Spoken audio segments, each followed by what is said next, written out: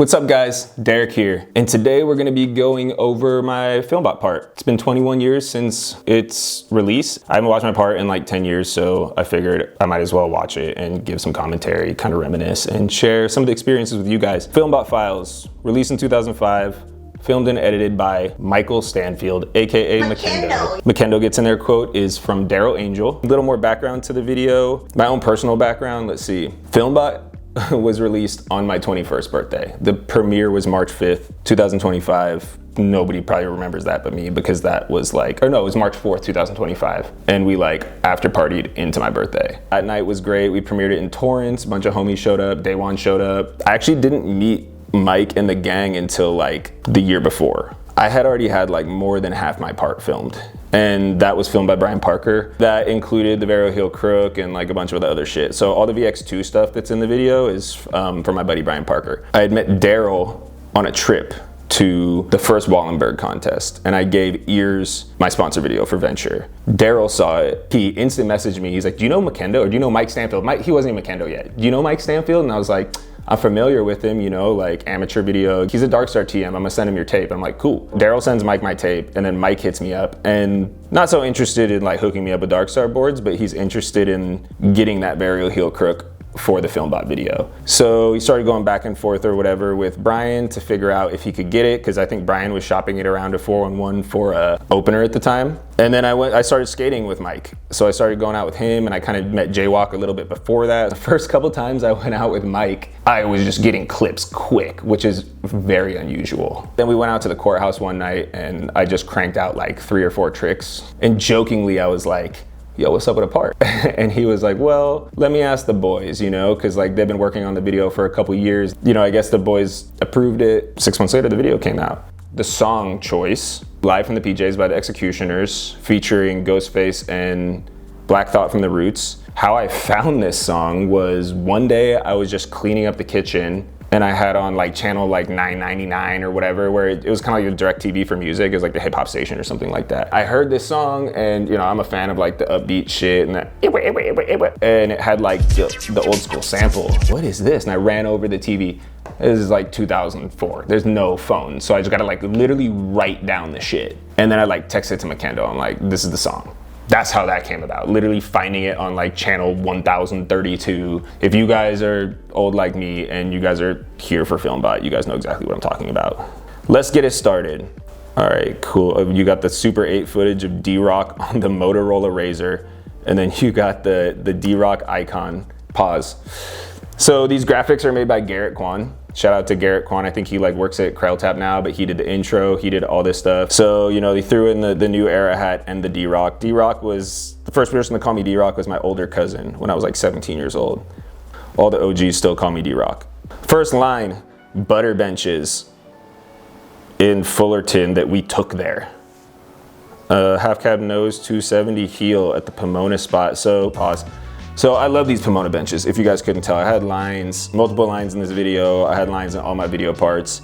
It's some like butter bench spot in Pomona, and it had like a little skate plaza from back in the day, but like it was trash. And it just had like 5 butter benches that were so good. And what goes better than like butter benches and SXL Pluses in 2005? And now they have a whole skate park there. I've seen it on Instagram. Yeah, this is all filmed by Brian Parker. A little switchtail.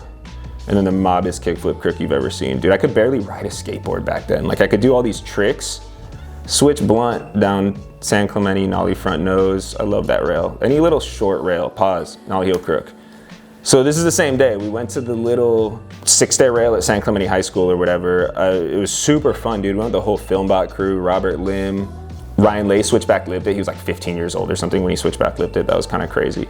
Bunch of us. We got Blake Reimers right here, sitting on top of the ledge with Jake Mednick, KO Jake. Blake Reimers is like an OG tilt mode dude. And dude, I hated this nollie heel crook. I ended up like hurting my knee that night, and I was such a little asshole. I was like blaming my homie Namba for some reason of like why I got hurt. Nollie heel crook, dude, that was just the stock. I felt like I could do it down to anything. Here we go, Van Deen wife beater line with the Excel Plus unstrapped, pause on the land. So wife beaters and dog tags, right? Like that was my thing. I remember Mike telling me, he's like, dude, in all your clips there was this weird sound Like every time you land, and he thought it was his mic and he was freaking out. And he was like checking his camera and checking other clips until he realized every time I landed, my dog tags were jingling.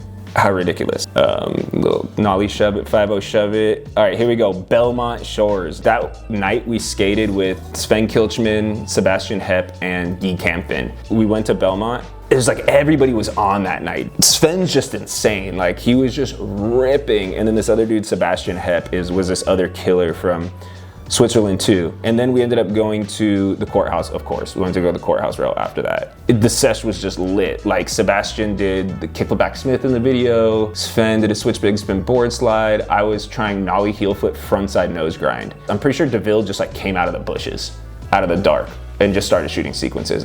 The whole time Sven's just like losing his mind every time I lock into nollie heel front nose grind. And he's like, next try. Arizona green tea, next try. That was like the thing, that was the whole theme of the night. I didn't end up getting the nollie heel nose grind. I think I landed a couple with one foot. And then here we are at the switch heel manual on the mini table on flat, which was like huge for me. If you grew up in my era, switch heel manuals were just like way too blown out, and it was just like one of our little pinnacle tricks. And then just to do something on a mini table on flat, I think I'm riding a finesse board. Shout out to Rod and Steve James. Switch heel manual, straps flying all over the place, hard flip over the flat gap, switch heel. Yeah, the hard flip was one of those things that like, I did it like really quick. This is before I had the part secure. So I did that really quick. So that was one of those tricks that like, Mike thought I was like good at skating, but I was just manufacturing shit with 5 hours of effort. Here we are back in Long Beach with the Stafford tall tee with a hard flip manual. That might be one of those beanie hats. I probably was. Okay, nollie back heel. That's the first clip I ever filmed with Makendo. So we go to the 2 flat 4 in Tustin, and we're warming up, jaywalk like nollie half cabs it, and the sprinklers go on. And I was like, fuck dude, like I gotta get something. Like I got it, this is my chance. I'm with the film. Well, he wasn't even Filmbot yet. I end up getting the nollie back heel in like 4 tries or less. Like I couldn't even believe it. So another example of like, Mike thought that I was better skating than I was. Okay, so guest clips, Scott Christensen, nollie half cab flip switch manual. And then we got Namba, my brother Austin Namba. Dude, the half cab back nose grind, big spin, I wasn't even there for that. I think that was like a very underrated trick at the time. Just how he did it and how it was filmed. And then also the attire he was wearing. I think that is like iconic. I don't know if that's like what the kids call aura these days, but shout out to my boy Namba. We're all tall teed up. I think all of us, all 3 of us in the video part have tall white tees, new eras, and probably some excels. Moving on. Nollie board. That's the community college that I dropped out of. And this rail right here is the biggest rail I've ever board slid. So the biggest rail I board slid it that night to warm up, and then I nollie board slid it. You're looking at the biggest rail that I've ever board slid. I'm 10 stair board slide. Like, what are these kids doing today? Crazy. Oh, more Belmont.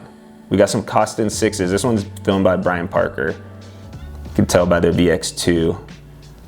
And then this is the worst line ever. Half cab nose, nollie back tail big spin. We were just in Utah, a little ledge, quick foot thing. Thought it was way cooler than it was at the time. Very filler. And now we're back to Pomona butter benches. It's a little fucking switch 180. Oh, here we go. The switch heel crook. Crazy. First and only time I've ever done that trick. Never done it before, never done it again. Try for 5 hours to do something once for the first time, capture it on film, and then never do it again. All right, nollie heel board Davis. A Filmbot trip. I think we were going to Reno. We might have stopped, I don't know, very blurry. We went to Davis, super hyped. Like, are you kidding me, dude? It's a little fucking tech rail dude, 20-year-old that just wants to get it in, jump down some shit under the generator lights all night. That session, we had a photographer. I'm sorry, I don't remember who the photographer was, but we were shooting film sequences. And the few times that I did shoot film sequences, you had to do that shit fast. Like, you're just literally lighting money on fire for this photographer, just burning through film. I was kind of at that transition where from like film photography and sequences to digital photography. When the 7D came out, you could shoot like fucking 9 frames per second or whatever, and you could just dump your memory card and charge more batteries, and you could just try your trick for 13 days in a row. I did get a chance to shoot a couple film sequences, like add that pressure just really cool to be a part of like the very end of that era of skateboarding. Moving on. Me kissing the camera. So in the rough cut of my part, that wasn't in there. The rough cut of my part, there's a clip of me with my T-Mobile sidekick and my dog tags. And Premiere comes up, I kiss the camera, sweaty as fuck. I remember being on an Ezekiel trip with my boy Jeremy Holmes, and he called me out for that so hard. He's just like, dude, I can't believe you kissed the camera. And I was like, dude, that wasn't even in the video. Like, it was a different clip. And Jeremy looks at me, he goes, you still did it. Also, as Vern Laird says, footage lives forever. So what am I gonna do? Now we got a nollie back heel nose grind revert on a cement bench that we stole from, I have no idea where we got that. I think at the time, the only person who had done it was Richard Angelides. And you know, 2026, I see people putting it in their parts all the time. So that was kind of like one of my tricks that I had that I did a lot back in the day. And then here we go, Parks. He threw the Parks nollie heel on a United board, which is really cool because that was the first trick I had in a video. That nollie heel down Parks, filmed by Brian Parker, was my first clip in 4-in-1. I don't remember what it was, like 64, I don't know which 4-in-1 it is, but it was in the Chaos, and that nollie heel was the first trick I had in a 4-in-1. And like when it comes to like everything I did in skateboarding as a kid, like having a trick in the Chaos was like the dream. Looks like Mike put that in the video, didn't remember that being in the video. Kind of weird, it's like the second to last trick because we're gonna go to this San Jose line right here. Like black on black on black with the black beanie for the nollie heel nose grind revert to Daryl Angel, all up in the lens. So I remember hearing people talking hella shit on me back in the day because they're like, he like beamed the camera when he landed it, like he's so cocky and all this shit. And I was like, dude, I'm looking over my shoulder because Daryl's screaming at the camera. Whenever you film something, you want, it's always cool when some shit like that happens. You know, it kind of makes it stand out. So when I landed that and then I see him like, I'm like looking over my shoulder, and it is what it is. And then we go to the montage. So this could be like a whole separate video right here, breaking down all this shit. Long Beach Courthouse rail, staple, downtown Long Beach. Pretty much light it up whenever you wanted. Like you just go there at night and skate, and I feel like we got kicked out maybe once or twice, and I probably lit that thing up like 50 times. I've never been like a big rail skater. Like I can't even 50-50 more than 2 feet of a flat bar. And like, I'm not even gonna feeble the whole flat bar. I just don't have balance on rails like that, or I just never learned it. And then also, I'd rather just jump down a 7-stair for 5 hours than sack it on a handrail. So that was like kind of my mentality. And then with this rail, once I started skating it and I started getting comfortable with it, I could crook it every try. So in my mind, it was like, if I can just lock into a flip trick into a crook, it's like, as long as I lock into like 5 of them, I'll be able to roll away from 1 of them. So that was kind of like my delusional mentality skating this spot. So first trick, nollie, half cab, 5-0. I don't know if I've ever done that down like a little skate park hubba. We didn't have good skate parks back in the day with like street league hubbas. We had terrible skate parks that were made for like BMXing and rollerblading. So you got the nollie half cab 5-0. Nollie heel crook. That was 4th try. That was one of the first tricks I did on it, filmed by Brian Parker. Nollie flip nose. That might be filmed by the late great Aaron Babila, who we went to his memorial a couple days ago. So shout out to our boy Babila, we love you. And then we got the heel flip crook. Dude, every single one of these tricks has a story behind it. So all the tricks that I have the green shirt on, I think it's like a Project Hardware shirt, and I probably have like an Ezekiel beanie hat on and dog tags. All those were filmed in one night. Yeah, that was like a big sesh. We had like a bunch of homies on the sesh that night. The heel flip crook. Another trick that I have never done. That was the first one I ever did. I'm trying to hit like a nollie pop shove it over it to crooked grind. I wasn't getting in, and my nose just kept jamming into like the vertical bars, and it was just destroying whatever part of my board I was using to pop and land in the crook. So I had to go to plan B, going back to if I can get into a crook, I can roll away. Let me just try some heel flip crooks. See if I can lock into a couple. I don't know if I can do it. I'm not even good at heel flips. I ended up catching a good heel flip, locking in and rolling away, and never did that trick ever again on a ledge or anything. Pop shove it crook. Okay, I'm trying pop shove it nose slides, right? I'm there, I'm like throwing out a couple of them. I'm like kind of getting into a pop shove it nose slide with 1 foot. Maybe 1 or 2 of them I got into crook, kind of maybe close to a pinch. And I was like looking at Babila and Jaywalk and the boys, and I'm like, dude, I'm just gonna try crook. And I end up doing it like 4th or 5th try. That was just some spur of the moment thing that it just worked. Story of the varial heel crook. The same cement bench I did the nollie back heel nose grind revert, that day I did a varial heel nose grind in a line. I had already been like becoming very comfortable with the Courthouse rail. Brian Parker hits up DeVille and he goes, yo, D-roc wants the varial heel crook the Courthouse rail. And I'm like, what? And Brian hits me up and he's like, yo, we're gonna go do it. And I was like, I don't think I can do that, dude. So we go to Huntington Park. There's no skate parks. So I could warm up on the flat bar at Huntington Park. If you guys have ever been to Huntington Park, it's like a pretty high flat bar with terrible ground and it's not the best flat bar. So there's no way I'm varial heel crooking this flat bar. So I'm like, let me try some nollie heel crooks. Let me warm up, whatever. Nothing's working. I put on new shoes, had a new board. I had these brand new leather S's. It was like they made them once. They were horrible. It was like gum sole, white leather, all one toe cap. There's no toe cap with the seams. It was just the weirdest shoe ever. And then I had like a 7.5 board. I'm trying to convince DeVille and Brian, like, just let me nollie heel crook it, dude. I've already done it like twice. DeVille's like, you know, we could do it, but like, it's not guaranteed that you're gonna get in a magazine. I'd never been in a magazine at that time. So he's like, it's not guaranteed. Like, you're nobody. He didn't say that, but like, obviously. So he's like, dude, just do it. Telling them like, I don't know, dude, if I can, and if I can't, this is gonna take hours. And they're like, we got you. So I just go to work trying to figure this thing out because I had done it on like a 14-inch ledge. Now I gotta figure out how to do it on like a pretty high handrail for the time. Just like working it out for hours. I stick one foot and then the generator dies. If it wasn't for me landing that one foot, it would have been the end of the night. Brian and DeVille go to fill up the generator. I'm just doing varial heels on flat for like 20 minutes or whatever. They come back, get back to it. It's like, who knows, dude, like 1:30 in the morning. My boy Namba's there and Derek Burdett is there. Namba's sticking cab front boards and Derek Burdett is sticking big flip front boards. Round 2. So I already burnt through an entire generator's worth of gas. And then I go another like maybe 3 hours. I didn't stick any, dude. Like I might have locked into like 6 that entire session.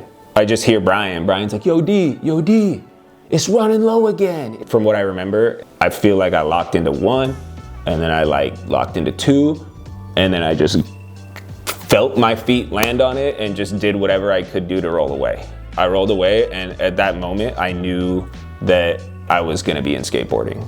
I knew that there was like no denying that I was gonna be in the magazine and that people are gonna know who I am. That was like my I'm here moment. Whatever happens after that, but like that was my foot in the door. And it was. That night I landed it, I was so high. We stopped at the gas station, put gas in my car and I filled up my tank and my car was completely on the whole time. Key in the ignition running, and I didn't realize because I was just so high on life from landing the trick. I probably couldn't sleep that night, the possibilities of the future. You know, I dropped out of college, not like pursue skateboarding, but like I had opportunities and I was like, I'm not gonna have these opportunities. I can always go back to school. I just was trying to see what I could get out of skateboarding in terms of experience, in terms of riding for people, for brands and going to the offices and talking to the sales rep and the production managers and the team managers and the owners, going to skate shops, talking to the buyers, managers, and just learning, you know, and then all the travel, just getting to experience the world. Like that was my college, was skateboarding. So basically I got accepted that night. I was like, I'm gonna get my acceptance letter to skateboarding college, you know, and then that's gonna be how I learn about the world. Fast forward to Jaquan days and they're tearing down the Courthouse. I'm driving by forever and I'm like, dude, I gotta get a piece of it. And one night we're coming home from Jaquan at like 3 or 4 in the morning. I'm like, fuck it, Shane, stop. I hopped the fence. All this rubble, dude, but it's just all white rubble because they just did all this demolition and then all the building is coming down, all the debris. I just want to find a piece of the rail or a piece of the stair. I just want to have something. And I end up grabbing this chunk, drive home, and I go to my hose at like 4 in the morning. I'm hosing this shit down. And I end up revealing the perfect corner of the stair of the red marble from the Courthouse. It doesn't mean nothing to nobody, but like I'm a very sentimental, very romantic person, and you know, I don't need this, but like just if I had the opportunity to get it, like I had to get it. You know, I got the footage, but I also have like a piece of the spot, you know, just imagine having a piece of like EMB or a piece of like Brooklyn Banks, even though Brooklyn Banks is open again, or, you know, if I didn't have this, that Courthouse wasn't there, I wouldn't have had a skate career. you know, Brian Parker didn't have my back, Makendo didn't put me in this video, I never would have had a skate career. Not that I was like a legit A-list pro skateboarder, but I got to have the experience, I got to be in the videos, I got to travel, skate Tampa, do a bunch of the cool shit, be in the van with all the other boys and a lot of my peers, and you know, the best experience you can ever get. The love for skating that all you guys have, and I guess that's it. I guess that's my experience. I think me and Mike might sit down and do a little podcast about it. Kind of doing this because someone posted recently, like, it's a crime that Filmbot's not on YouTube. They basically said it was like a West Coast PJ Ladd's Wonderful Horrible Life, which I never really looked at it like that, but just to kind of get put in that category with, you know, that video is, you know, kind of special. I'm really proud of the boys. I'm so proud of Makendo, and you know, that's my brother for life. What do you guys think? Do you think Filmbot's a top 100 video? Like, where do you guys think it sits in skateboarding? Because Mike financed this out of his own pocket. Mike didn't make any money. Like, Mike might have made a couple G's off the end out of everything, after paying for the video, after paying for the travel, after like doing all this shit. He might have just put a couple G's in his pocket. It's something he had to do to make a name for himself. He got jobs after that, you know, became a photographer. He got to film for Cliche and Circa and all this stuff, all because he put out that video. And I could go on and on and on, so I'll probably just do some more shit with Makendo. Thank you guys for stopping by. Thank you guys for supporting Filmbot throughout the years. And yeah, I guess that's it. So, peace.